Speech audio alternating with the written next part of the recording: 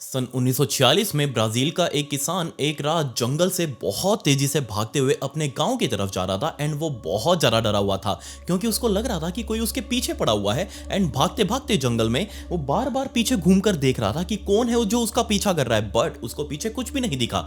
लेकिन अंदर से जो उसकी फीलिंग थी कि हाँ कोई उसको देख रहा है, कोई उसके पीछे पड़ा हुआ है, ये उसको भागते रहने पर मजबूर कर रही थी। एंड वो भागते भागते उसको दूर से अपने गाँव की झलक दिखने लगी अंधेरे के अंदर ही। एंड वो फाइनली थोड़ा सा रिलैक्स हुआ, उसने रुककर सांस ली एंड अगेन पीछे मुड़कर देखा, लेकिन अभी भी उसको कुछ नहीं दिखा। बट वो फिर से बहुत तेजी से भागते हुए गांव में अपने घर की तरफ जाने लगा क्योंकि अभी भी उसको ये फील हो रहा था कि कोई चीज है जो उसका पीछा कर रही है। एंड वो भागते भागते सीधा अपने घर के अंदर दरवाजा खोलकर बहुत तेजी से अंदर घुसा एंड अंदर से दरवाजा बंद कर लिया।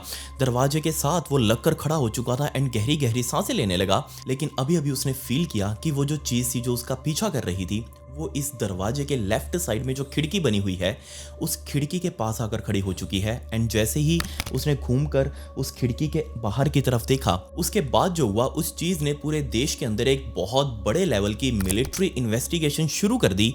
एंड ये चीज आज तक बहुत बड़े लेवल के ऊपर डिस्कस की जाती है क्योंकि ये एक पूरे तरीके से पैरानॉर्मल इवेंट था। सबसे पहले तो ये स्टोरी बहुत ज़्यादा डिस्ट्रेसिंग है, अगर आप लोग उन चीज़ों को हैंडल नहीं कर सकते तो प्लीज़ इसको मत देखिएगा। एंड दूसरा, मैंने पिछली वीडियो के अंदर आपको कुछ समझाने की कोशिश करी थी, बट उसके बाद जो मुझे बैकलैश मिला, मुझे जो गालियाँ मिली, वो सच में अनबिलीवेबल था। मतलब यार ऐसे ऐसे कमेंट्स मैंने देखे, विक्की बिक गया, विकी ने बीजेपी की दलाली करनी शुरू कर दी, बीजेपी से पैसा खाकर विकी उसके लिए सब कुछ बोल रहा है, विकी को अनफॉलो करो, विकी को बॉयकॉट करो। सबसे पहली बात तो देखो, मैंने 5 साल में आज तक कोई स्पॉन्सरशिप नहीं ली। बहुत साफ तरीके हैं मोटा पैसा कमाने के स्पॉन्सरशिप से। अगर पैसा ही कमाना होता तो मैं वहां से भी कमा सकता हूं। दूसरी बात, अगर आपको मुझे अनसब्सक्राइब करने से आपको नौकरी मिल रही है तो प्लीज़ मैं आपसे रिक्वेस्ट करूंगा, मैं आप सभी के लिए सोचूंगा, मुझे अनसब्सक्राइब कर दो। बेशक अगर आपको नौकरी मिलती हो तो, अगर आप सरकारी किसी ऑफिस में जाकर बैठते हो तो मुझे कोई इशू नहीं है उसमें। एंड तीसरा, मैं आप सभी को एक छोटी सी स्टोरी सुनाना चाहता हूँ। हो सकता है इस स्टोरी को सुनने के बाद आप लोग समझ जाएं कि मैं क्या कहना चाह रहा था। एक बहुत बड़ा सा तालाब था और उस तालाब के अंदर 10-15 बड़े बड़े मगरमच्छ एंड लाखों छोटी छोटी मछलियां एक साथ रह रही थी। अब जब भी इन मगरमच्छों का मन करता वो जाकर शिकार के ऊपर उतरते एंड छोटी छोटी मछलियों को खाकर अपना अपना पेट भर रहे थे। बट इन मगरमच्छों का एक बड़ा सारा लीडर भी था। सो ये लीडर इन सभी मगरमच्छों को ना सिर्फ हैंडल कर रहा था बल्कि इस पूरे तालाब का राजा भी था। अब एक दिन सडनली ये जो छोटे वाले मगरमच्छ थे जो लीडर नहीं थे, इनमें से एक मगरमच्छ ने एक छोटे मगरमच्छ को जन्म दिया। एंड उस छोटे मगरमच्छ ने आते ही सभी मछलियों को ये कहना शुरू कर दिया कि देखो अब इनकलाब आएगा, अब बदलाव आएगा। सभी मछलियां जो वहां पे परेशान थी पहले से इन मगरमच्छों से कि जब मन करे उनका आके शिकार करके चला जाता है, उनको लगा कि ये मगरमच्छ है हमारे लिए, तो यही हमारा तो भगवान है, हमें तो इसको फॉलो करना है। अब बहुत सारी छोटी छोटी मछलियां नया झुंड बनाकर उस नए मगरमच्छ को फॉलो करने लगी, लेकिन उनको बहुत लेट समझ में आया कि जिसको वो फॉलो कर रहे थे वो भी एक मगरमच्छ है। मैं यहाँ पर आपको क्लियरली समझाना चाह रहा था एक चीज़ जो शायद आपको समझ में आने में थोड़ा टाइम लग सकता है, आज नहीं तो कल। टाइम जो होता है ना वो सब कुछ समझा देता है। जब आपको ठोकरें लगेंगी हर तरफ से तब आपको खुद समझ में आ जाएगा कि मैं क्या कहना चाह रहा था उस टाइम पर। जिनसे आप लड़ रहे हो, जिनसे आप लड़ना चाहते हो, वो सभी मगरमच्छ हैं, और जिनका आप साथ लेकर लड़ना चाहते हो वो भी एक मगरमच्छ है। ये एक गहरा दलदल है जिसके अंदर आप कभी भी सरवाइव नहीं कर सकते। और अगर आप सोचते हो कि आपके ये सब कुछ करने से देश पूरे तरीके से बदल जाएगा तो मैं आप सभी के साथ हूं, मैं खुद आपकी आवाज उठाऊंगा, लेकिन आप करके तो दिखाओ कुछ। मुझे पता है ना यहाँ पर क्या चलता है।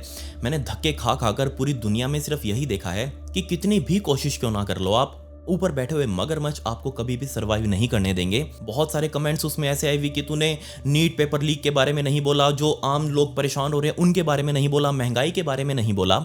नीट पेपर लीक हुआ, सरकार का एब्सोल्युटली फेलियर।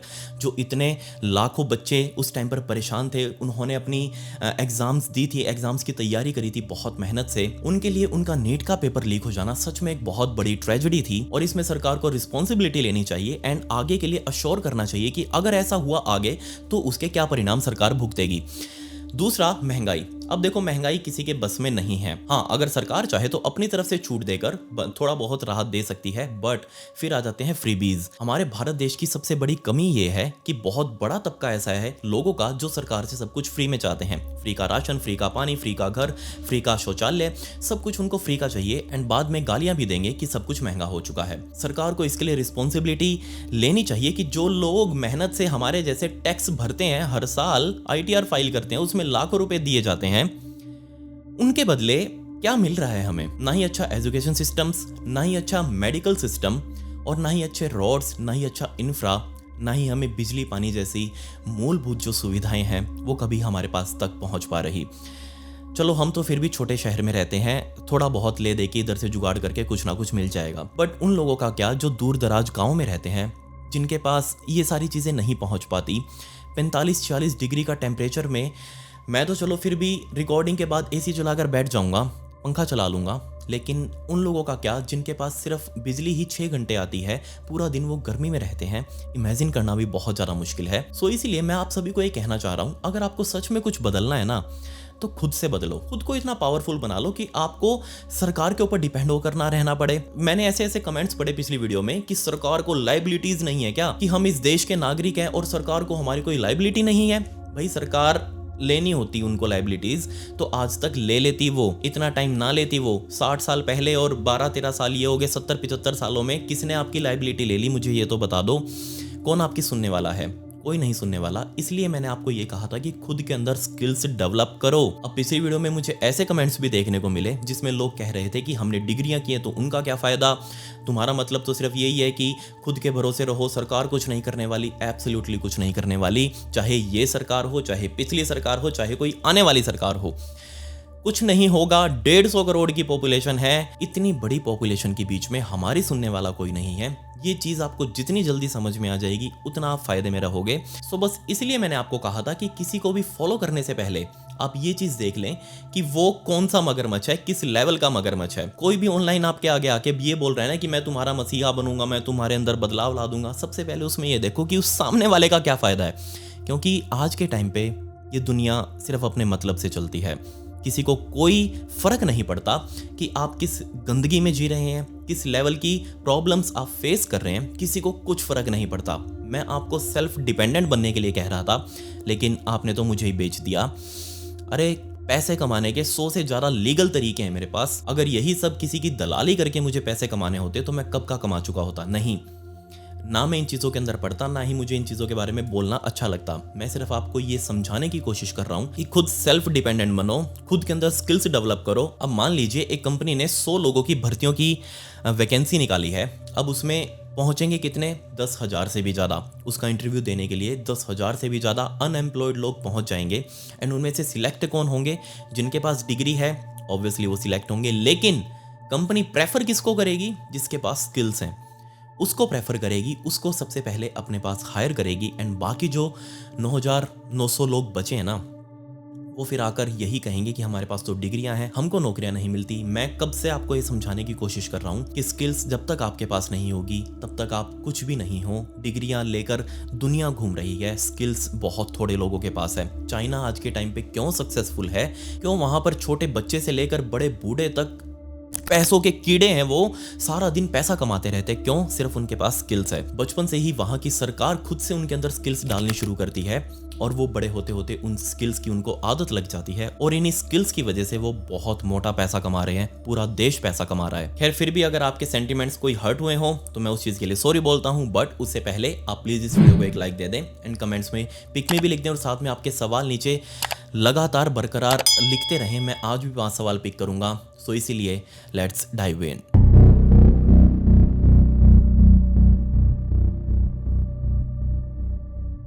इस इंसिडेंट को समझने के लिए हमें ब्राजील में जाना पड़ेगा और दिन था 4 मार्च 1946 का, जब ब्राजील के एक बहुत ही छोटे से गांव जिसका नाम आरासारी गुआमा था, इसमें रहने वाला हर एक बंदा अपनी अपनी तैयारियों में लगा हुआ था। कोई आसपास की छोटी मोटी मार्केट से शॉपिंग कर रहा था, खाने पीने की चीजें खरीद रहा था और सारे लोग दोपहर होने से पहले निकलना चाह रहे थे, पूरा गाँव खाली करना चाह रहे थे, क्योंकि आज इनका फेस्टिवल ऑफ कार्निवल ये शुरू होने वाला था। ये एक टाइप का त्योहार है इनका, जो ये पूरा साल वेट करते हैं, इसको बहुत चाव से मनाते हैं।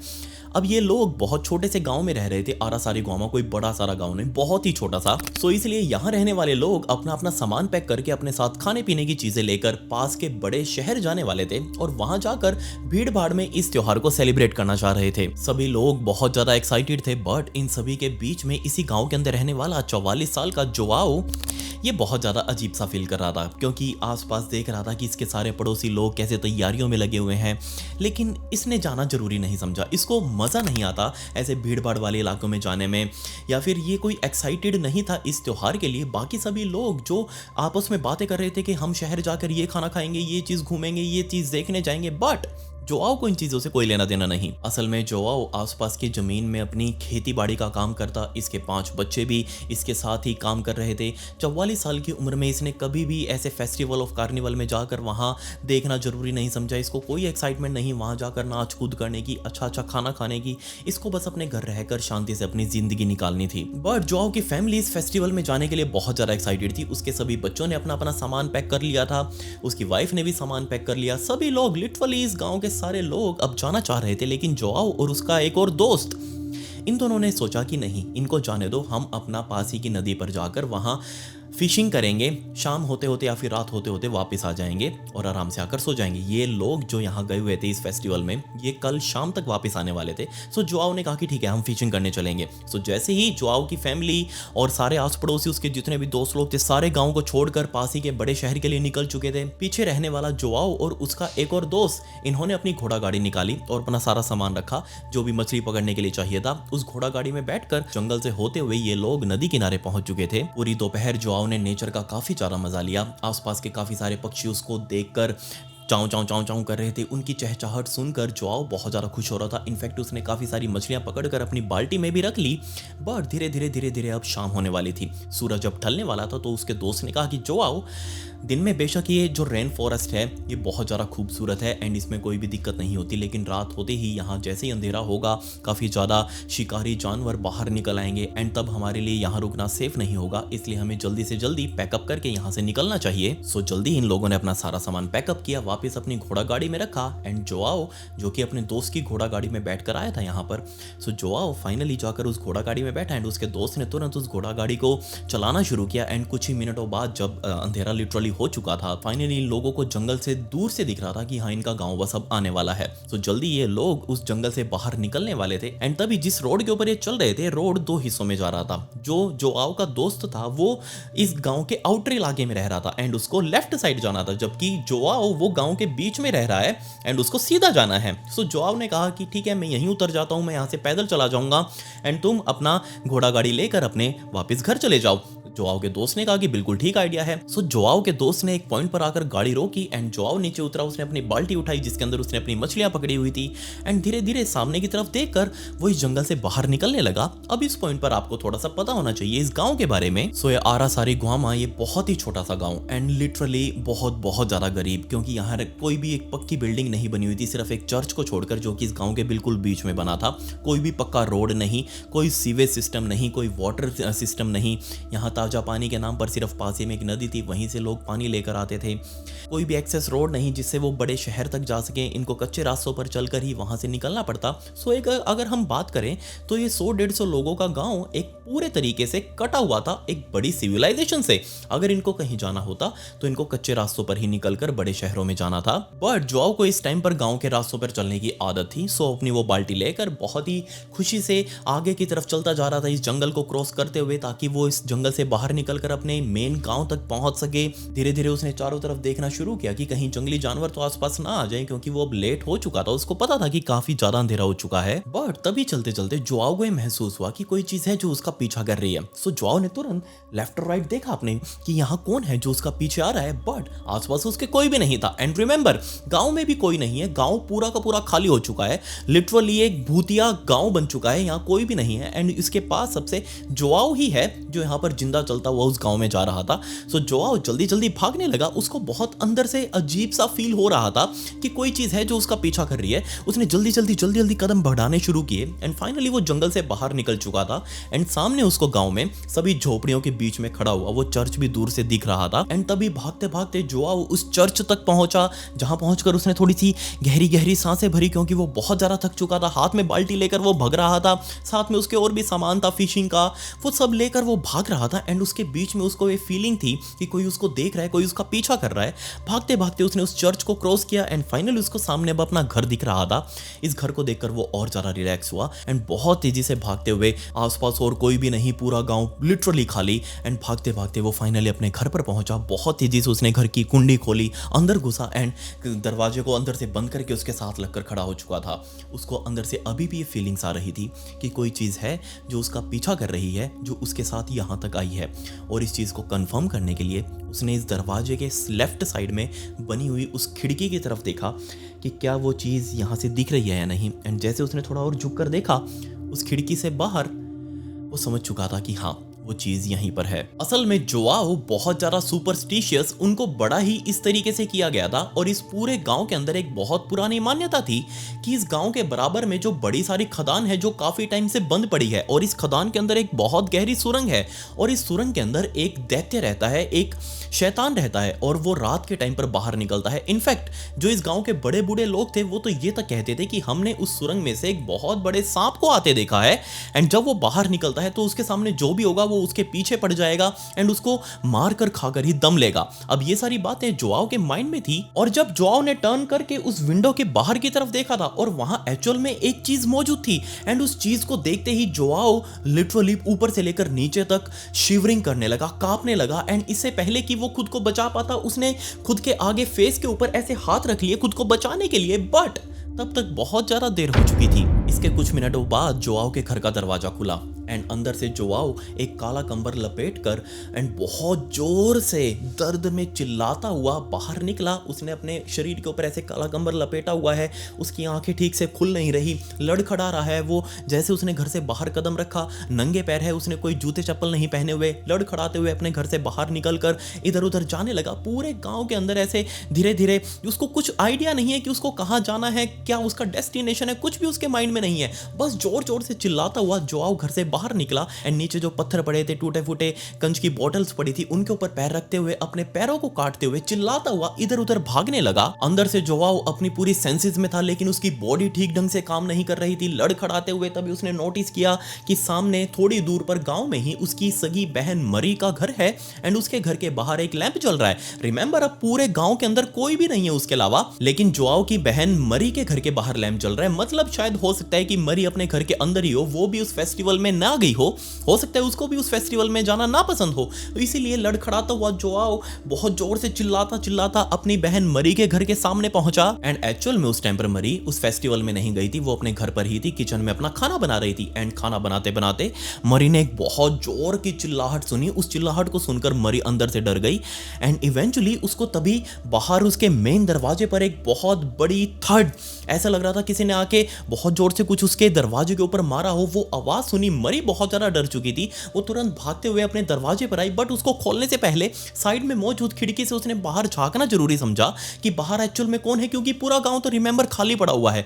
इस टाइम पर उसके दरवाजे पर कौन आया। सो मरी ने तुरंत उस विंडो से बाहर झांक कर देखा एंड जो उसने देखा उसके ऊपर उसको भी विश्वास नहीं हो रहा था। वो पहचान तो पा रही थी कि ये उसका भाई जोआओ है, लेकिन ये इस हालत में क्यों है। उसके पैरों से बहुत ज्यादा खून निकल रहा है, चारों तरफ से उसके पैर कटे फटे हैं, बहुत चोट लगी हुई है, उसने कंबल ओढ़ा हुआ है एंड वो बहुत जोर से डीप गरगलिंग आवाज में चिल्ला रहा है। एंड तभी जोआओ ने भी पलटकर उस विंडो की तरफ देखा एंड जैसे ही मरी से जोआओ की आंखों में आंखें मिली, मरी अंदर से बहुत जोर से चिल्लाई, क्योंकि जोआओ का फेस वो इतना ज्यादा डरावना लग रहा था। जोआओ की आंखें अपना रंग बदल चुकी थी एंड फटकर वो बाहर आने को हो रही थी, उसके मुंह से स्किन ऐसे लटक रही थी एंड जोआओ अंदर से बहुत जोर से चिल्ला रहा था। एक बार तो मरी वो दरवाजा खोलने से भी डर रही थी, लेकिन आफ्टर ऑल वो उसका भाई था, उसको दरवाजा खोलना था। एंड जैसे ही मरी ने मेन डोर अंदर से खोला, तभी खुलते ही जोआओ उसका सहारा लेकर खड़ा था एंड खुलते ही वो सीधा आकर नीचे फ्लोर के ऊपर गिरा एंड नीचे गिरकर उल्टा, मतलब कि फेस उसका डाउन साइड था,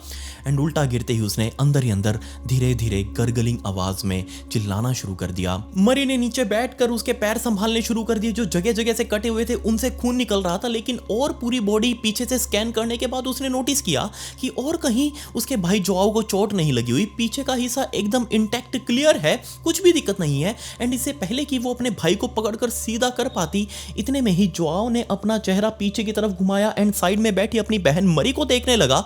एंड मरी की दोबारा से जब अपनी आंखें भाई से मिली, तब मरी दोबारा से डर कर पीछे की तरफ हो चुकी थी। क्यों? क्योंकि उसके भाई का फेस इतना ज्यादा डरावना लग रहा था, उसकी स्किन ऐसे छिल रही थी, अपने आप नीचे पील हो होकर गिर रही थी। एंड तभी जोआओ ने मुंह खोला, इसके दांत ऐसे दिख रहे थे इतने ज्यादा डरावने से, एंड अंदर से वो आवाजें निकालने की कोशिश कर रहा था लेकिन कुछ भी निकाल नहीं पा रहा। मरी ने दोबारा से अपने भाई के सिर के ऊपर हाथ रखा, उसको कंफर्ट करने की कोशिश करी। ऐसा लग रहा था मरी को भी कि उसका भाई जोआओ कुछ बोलना चाह रहा है, उससे कुछ बताना चाह रहा है उसको। एंड तब मरी ने अपना कान अपने भाई के पास लेकर गई ताकि वो उसकी आवाज सुन सके। एंड बहुत धीरे सी डीप आवाज में जोआओ ने नीचे पड़े पड़े कहा कि मैं अंदर से जल रहा हूं, मैं अंदर से जल रहा हूं। जैसे ये बात मरी ने सुनी, तुरंत उसने सबसे पहले तो जो कंबल ऊपर पड़ा हुआ था उस कंबल को हटाया। मरी को लग रहा था कि कहीं ना कहीं आग लगी है, जोआओ के घर में आग लगी होगी एंड उसकी वजह से जोआओ का ये हाल हुआ है। उसने सबसे पहले कंबल हटाया ताकि अंदर की बॉडी को रिलैक्स किया जा सके, उसको थोड़ी ठंडी हवा लगेगी, वो रिलैक्स होगा। एंड जैसे ही कंबल हटाया, ऊपर से जो शर्ट वगैरह पहनी हुई थी जोआओ ने, उसको भी ऊपर कर दिया। लेकिन अगेन उसको समझ ही नहीं आ रहा कि आग लगी तो लगी कहां है, क्योंकि शर्ट भी एकदम इंटैक्ट है, उसकी कमर भी पीछे से इंटैक्ट है। एंड दोबारा से मरी ने जब जोआओ के चेहरे की तरफ देखा, तब वो और ज्यादा हैरान हो गई, क्योंकि जहां अभी तक उसका चेहरा पीला था, अब धीरे धीरे धीरे उसका चेहरा रंग बदलकर डार्क पर्पल हो चुका था। एंड उसकी आंखें अपने आप रंग बदल रही थी एंड वो लिटरली बाहर निकलकर गिरना चाह रही थी। मरी को कुछ भी समझ नहीं आया, उसने तुरंत अपने भाई को कहा कि रुको रुको रुको, यहीं रुको, मैं कुछ मदद लेकर आती हूँ। मुझे पता है हमारे गांव से 2 और लोग भी हैं जो उस फेस्टिवल के अंदर नहीं गए, मैं उनको बुला कर लाती हूँ। और उन 2 लोगों में से एक पुलिस वाला जिसकी ड्यूटी इस टाउन में लगाई गई थी, ऑब्वियसली वो तो अपनी ड्यूटी छोड़कर जा नहीं सकता, एंड दूसरा इस गांव का छोटा मोटा टेम्परेरी सा डॉक्टर जो कि इस पूरे गांव को छोटी मोटी दवाइयां दे सकता था, खांसी जुकाम का इलाज कर सकता था। सो यहाँ मरी को पता था, उसने तुरंत जोआओ को कहा कि मैं अभी उन दोनों को जाकर बुला कर लाती हूँ, मदद लेकर आती हूँ, वही कुछ हमारी मदद करेंगे। तुरंत मरी भागी बाहर की तरफ एंड दूसरे साइड जहां उस डॉक्टर का घर था उस घर की तरफ भागने लगी। वो भी नंगे पैर थी, भागते भागते सीधा उस डॉक्टर के घर पर पहुंची। उस डॉक्टर का नाम अरासी, जाकर उसने सीधा डॉक्टर का दरवाजा पीटना शुरू कर दिया। जल्दी अरासी बाहर निकल कर आया एंड पूछने लगा मरी क्या हुआ।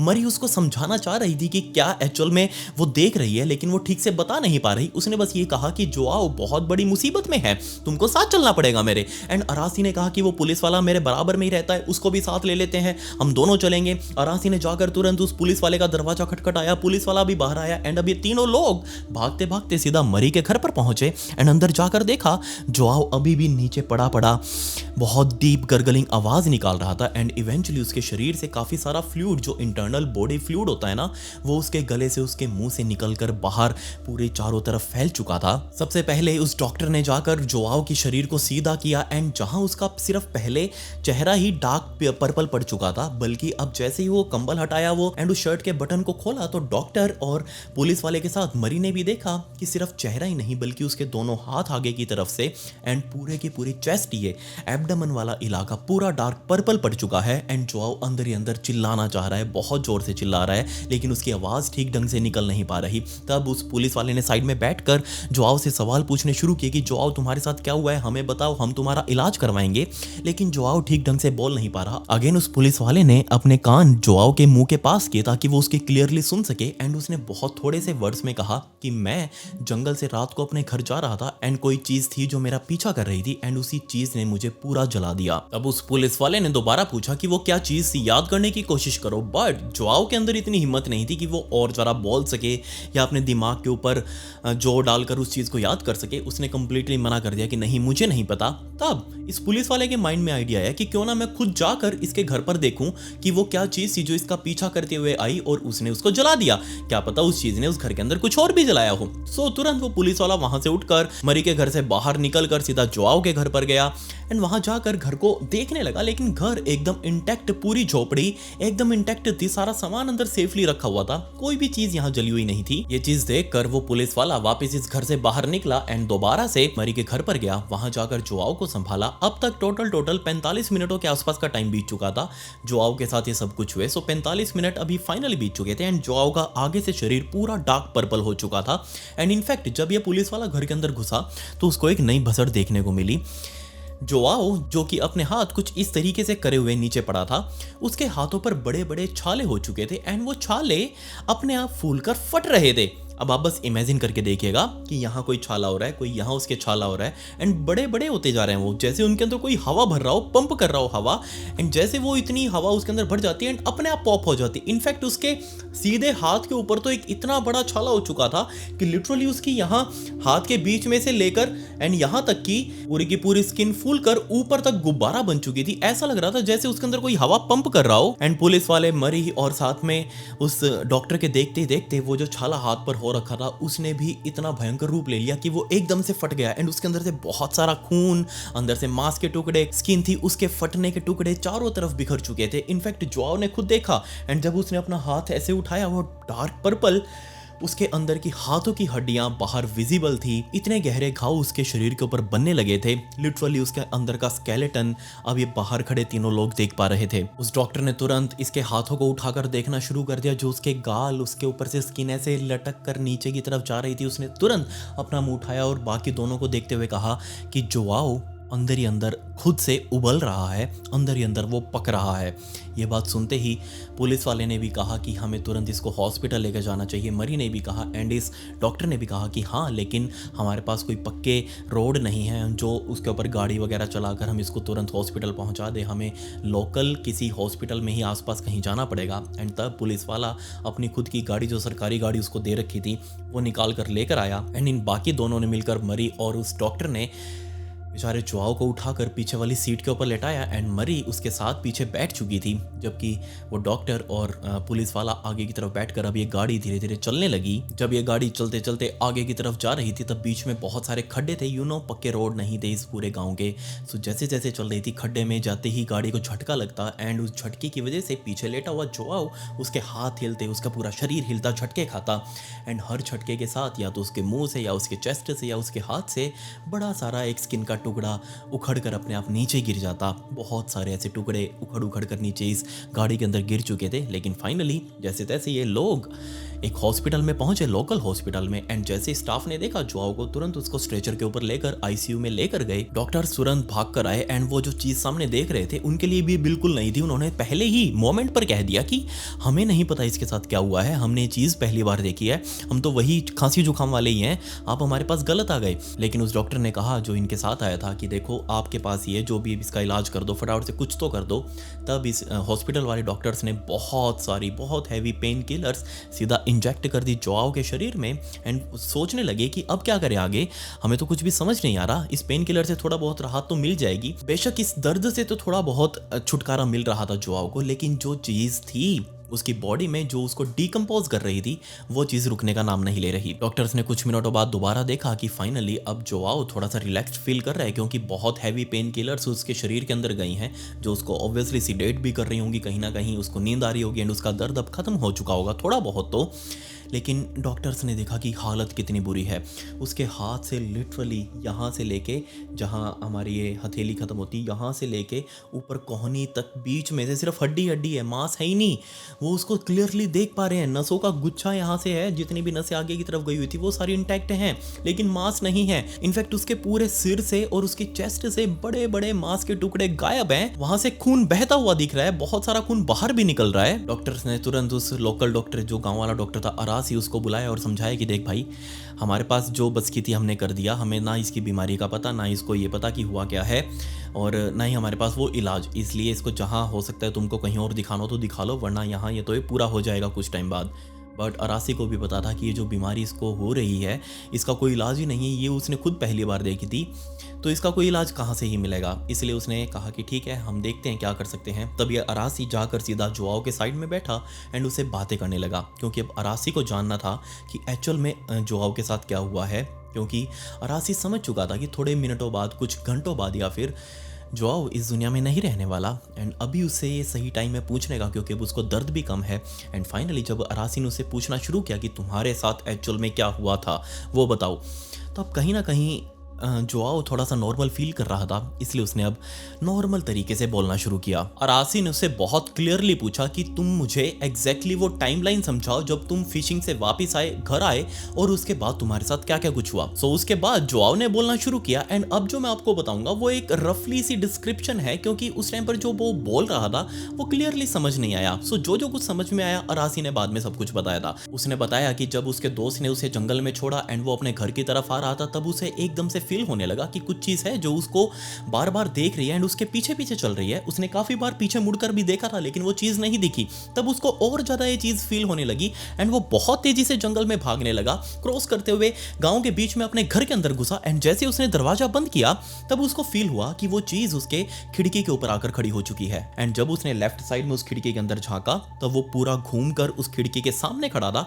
एंड वो चीज खिड़की के बाहर हवा में तैर रही थी। वो चीज एक डार्क अंडाकार शेप में थी एंड एकदम से, इससे पहले कि कुछ जोआओ समझ पाता, इतने में ही वो सामने हवा में तैरती हुई चीज ने बहुत जोर से एक लाइट फेंकी, एक रोशनी फेंकी जिससे बहुत ज्यादा गर्मी निकल रही थी। एंड इमीडिएटली जोआओ ने अपने हाथ आगे की तरफ कर लिए ताकि उसकी आंखें इस लाइट से बच सके, लेकिन इतनी ज्यादा वो लाइट थी कि आंख तक उसकी जल चुकी थी एंड सिर्फ 4 से 5 सेकंड्स के अंदर ही वो चीज वहां से गायब भी हो चुकी थी। एंड जैसे वो चीज वहां से गई उसके बाद ही उसके शरीर के अंदर ये जलन शुरू हो चुकी थी। अपने आप को ऐसे अंदर से जलता हुआ देख जोआओ को लगा कि कहीं ना कहीं उसके शरीर में आग लग गई है, इसलिए वो तुरंत अपने कमरे में जाकर अपना ब्लैंकेट उठाकर लाया ताकि वो खुद ओढ़ सके और यह आग बुझाई जा सके। लेकिन वो अंदर ही अंदर बर्निंग सेंसेशन बहुत ज्यादा बढ़ चुकी थी, इतनी ज्यादा कि उससे अब कंट्रोल नहीं हो रही थी। वो तुरंत अपने घर से बाहर निकला, बिना जूते चप्पल पहने ही घर से बाहर लड़खड़ाता हुआ निकला। उसके पैर में काफी सारे कंकड़ पत्थर कांच वगैरह चुभ चुके थे एंड उसको और कुछ तो समझ में नहीं आया, इसलिए वो अपनी बहन के घर गया। एंड बहन के घर अंदर जाते ही उसकी स्किन अपने आप टूट टूट कर नीचे गिरने लगी। तब अरासी ने बहुत ही क्यूरियोसिटी से भरकर जोआओ की तरफ देखा एंड पूछा कि तुम्हें क्या लगता है वो चीज कौन थी, कौन तुम्हारे साथ ये सब कुछ कर सकता है। तब जोआओ ने अरासी की तरफ देखते हुए कहा कि मुझे नहीं लगता वो चीज इस दुनिया की थी। अब जैसे ये बात उसने बोली इतने में ही उसकी जो स्किन, जिस मुंह से वो बोल रहा था, उसमें साइड में गाल, उसका गाल ऊपर से लटक कर पूरा का पूरा नीचे गिर चुका था। लिटरली उसका अंदर का जबड़ा बाहर विजिबल था, इस साइड से उसके दांत दिख रहे थे। एंड वो बोलते बोलते इतना ज़्यादा थक चुका था कि उसने सामने खड़ी एक नर्स की तरफ पानी पीने का इशारा किया अपना हाथ उठाकर। एंड जल्दी ही वो नर्स एक गिलास के अंदर पानी भरकर लेकर आई। एंड अरासी के देखते ही देखते उसने जैसे ही मुंह के अंदर पानी पीना शुरू किया, अरासी देख रहा था कि कैसे आधा पानी वो अंदर पी रहा है शायद, या फिर सारा ही पानी उसके मुंह से राइट साइड से जो गाल निकला था, उसमें जो छेद हुआ था, उससे सारा पानी बाहर निकल रहा है। इसके बाद जोआओ पूरे तरीके से बेहोशी में जा चुका था एंड सिर्फ 4 घंटे ही वो उस आईसीयू के बेड पर रहा एंड 4 घंटे में ही उसकी मौत हो चुकी थी।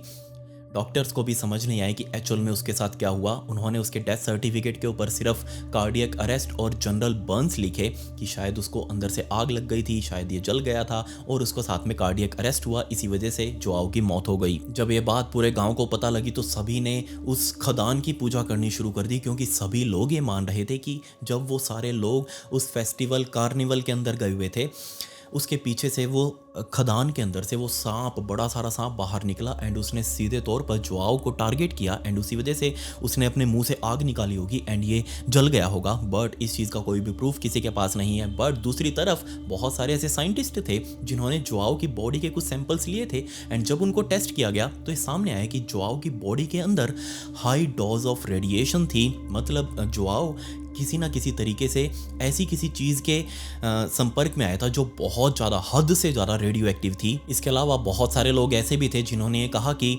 ब्राज़ील की सरकार ने ऐसा कोई उस टाइम पर हथियार बना लिया है जिससे बहुत ज़्यादा रेडियो एक्टिव रेडिएशन की बीम छोड़ी जा सकती है। लेकिन ये सारी चीज़ें प्रैक्टिकल करना बहुत ज़्यादा इम्पॉसिबल था, क्योंकि आप खुद सोच कर देखिए 1946 के टाइम पर ऐसी कोई टेक्नोलॉजी नहीं थी जो इतनी एडवांस हो कि रेडिएशन की एक परफेक्ट डोज, इतनी हैवी डोज निकाल सके एंड स्पेसिफिक एरिया के अंदर कि बंदा ही इस ऐसे जलकर ख़त्म हो जाए। ऐसे कुछ भी टेक्नोलॉजी उस टाइम पर नहीं थी, शायद अभी भी नहीं है। एंड दूसरी बात, लोग ये पूछने लगे कि सरकार एक ब्राज़ील के छोटे से गाँव में रहने वाले किसान के ऊपर अपना ही क्यों टेस्ट करेगी, उनके पास और भी बहुत हैं, बाहर से पकड़े हुए आतंकवादी टाइप के लोग हैं, उनके ऊपर भी वो टेस्ट कर सकती है अगर उनको करना ही हो। तो ये इसमें जोआओ को टारगेट करना यहाँ किसी के भी समझ से बाहर था। अब जोआओ की तो डेथ हो चुकी थी, उसकी डेथ कैसे हुई ये सारा कुछ मिस्ट्री था, लेकिन इसके बाद से पूरे ब्राज़ील के अंदर एक चेन रिएक्शन सी शुरू हो गई। बहुत सारे लोग ऐसे अजीब सी लाइट देखकर वो मरने लगे, उनके साथ भी सेम ऐसा ही कुछ हो रहा था। एंड 1970s में ये रिमेंबर, मैंने आपको कुछ टाइम पहले या शायद से 2 या 3 वीडियोस पहले मैंने आपको एक स्टोरी सुनाई थी जिसके अंदर मैंने एक यूएफओ का हमला बताया था जिसमें एक आदमी का मर्डर किया गया था और उसके शरीर के अंदर 4 छेद थे। आपको याद होगी वो स्टोरी, बहुत रिसेंट में मैंने डाली थी।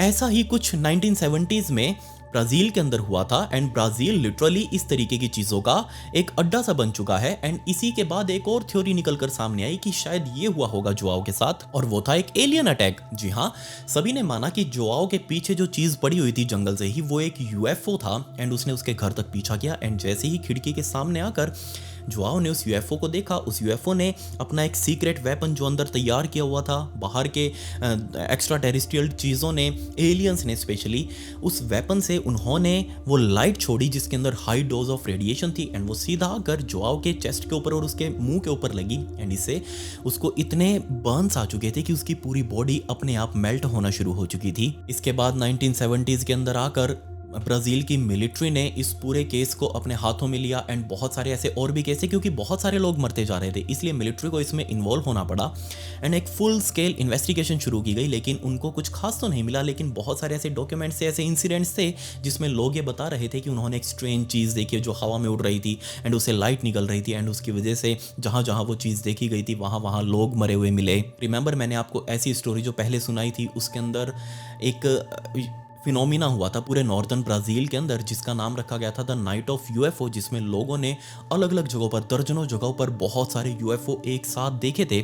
उसको द नाइट ऑफ यूएफओ का नाम दिया गया था। बट ये चीज़ आज भी एक मिस्ट्री ही है कि एक्चुअल में इन सभी लोगों के साथ क्या हुआ था एंड स्पेशली जोआओ के साथ क्या हुआ था। ये चीज़ हमें कभी पता नहीं चल पाएगी क्योंकि ना तो सरकार इसके बारे में बोलती है, ना ही ऐसे कोई प्रूफ और निकल कर बाहर सामने आते हैं। एक मिडिल क्लास मैन या फिर एक आम सा परिवार या फिर एक आदमी वो क्या ही कुछ कर लेगा, वो कहाँ ही एलियंस या फिर यूएफओ से लड़ लेगा।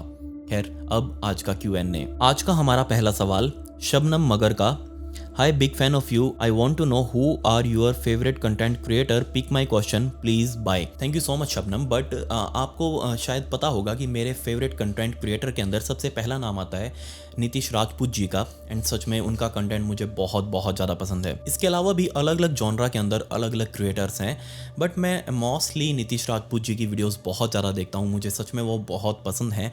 जो उनका नरेटिंग स्टाइल है, जो उनका फैक्ट चेक है, वो सच में बहुत ज़्यादा कमाल का लगता है मुझे। एंड सबसे बड़ी बात, वो बिल्कुल न्यूट्रल रहते हैं, वो किसी के ऊपर बायस नहीं होते, ऐसा पर्सनली मुझे लगता है।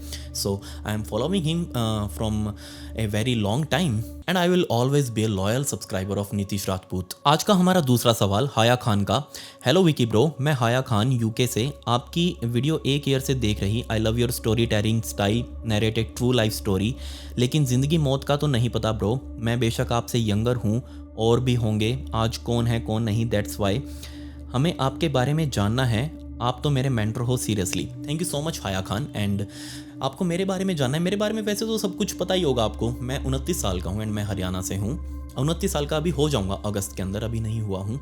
सो 29 साल का एंड खुद अपना काम धंधा करते हैं और कुछ नहीं। आप सभी के लिए वीडियोस बनाना मेरा पैशन है। मुझे क्राइम एंड हॉरर बहुत ज़्यादा पसंद है और कुछ इसके अलावा कुछ है नहीं बताने लायक। एंड मैं मैरिड हूँ ऑब्वियसली, मेरी एक गुड़िया भी है।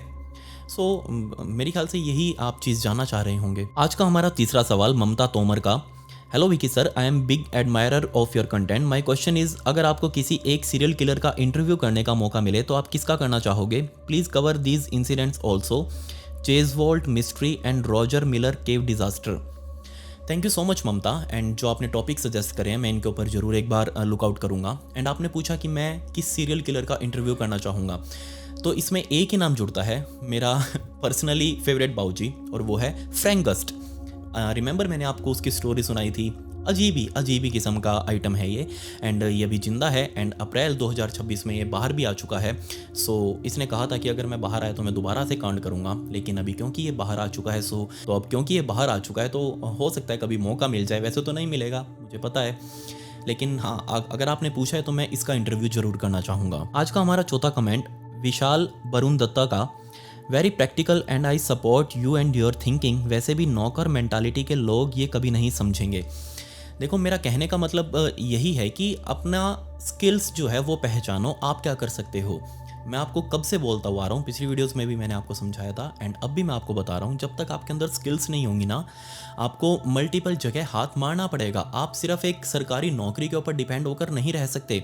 सरकार आती रहेंगी जाती रहेंगी, जो अभी करंट में है ये भी आपके लिए कुछ नहीं करने वाली, जो आगे आएगी वो भी नहीं करने वाली, जो पिछले सरकारें रह चुकी हैं इन्होंने भी कुछ नहीं किया। सो बेटर कि आप खुद को सेल्फ डिपेंडेंट बनाओ, स्किल्स अपनी पहचानो कि आप क्या कर सकते हो। अगर आप कुछ नया सीखना चाहते हो तो आप उसको सीखो एंड छोटे से, बहुत छोटे से शुरू करो। यकीन मानिए आप बहुत अच्छे सक्सेसफुल इंसान बन सकते हो। आज का हमारा 5वां सवाल। हाय विकी भैया, आई एम अनन्या, कैसे हैं आप? पहले तो सल्यूट है आपको, मैंने इतने सेल्फलेस यूट्यूबर नहीं देखा।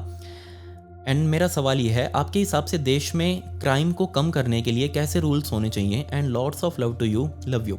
Thank you so much Anisha. And देश के अंदर देखो बहुत सारे ऐसे ज़रूरत हैं जिसमें संविधान को चेंज करना चाहिए, उसके अंदर काफ़ी सारी और स्ट्रिक्ट पेनल्टीज़ ऐड करनी चाहिए। बहुत सारे ऐसे लूप होल्स हैं संविधान में जिससे कोई भी क्राइम करके बच जाता है। एंड बाद में बड़ा दुख होता है विक्टिम की फैमिली को कि देखो हमारा तो इसने इतना बुरा किया था एंड अब ये बेल पर बाहर आ चुका है। बहुत सारे ऐसे लूप होल्स हैं। सो इसके बारे में कोई एक चीज़ तो है नहीं जो मैं आपको बता दूँ। बहुत सारी चीज़ें, स्ट्रिक्ट पेनल्टीज़ ज़रूर होनी चाहिए किसी भी क्राइम को लेकर, बट आज तक यहाँ नहीं बनी एंड ना ही वो कभी बन सकती। सो जैसा चल रहा है वैसा ही चलने दो। खैर, ये मेरी इंस्टाग्राम आईडी है, इसका लिंक आपको डिस्क्रिप्शन में भी मिल जाएगा। अगर आप मुझसे वहाँ बात करना चाहते हैं तो आप वहाँ भी आकर मुझसे बात कर सकते हैं। एंड वहाँ पर मैं ऐसी स्टोरीज को रील्स फॉर्मेट में डालता हूँ, तो आपके हाथ से फॉलो बटन जरूर क्लिक हो जाना चाहिए। लिंक नीचे डिस्क्रिप्शन में है। खैर, पिछली वीडियो का शाउट आउट एट किमी को and comment pick me to get a shout out in next video. मिलते हैं अगली वीडियो में। ये वीडियो देखने के लिए धन्यवाद।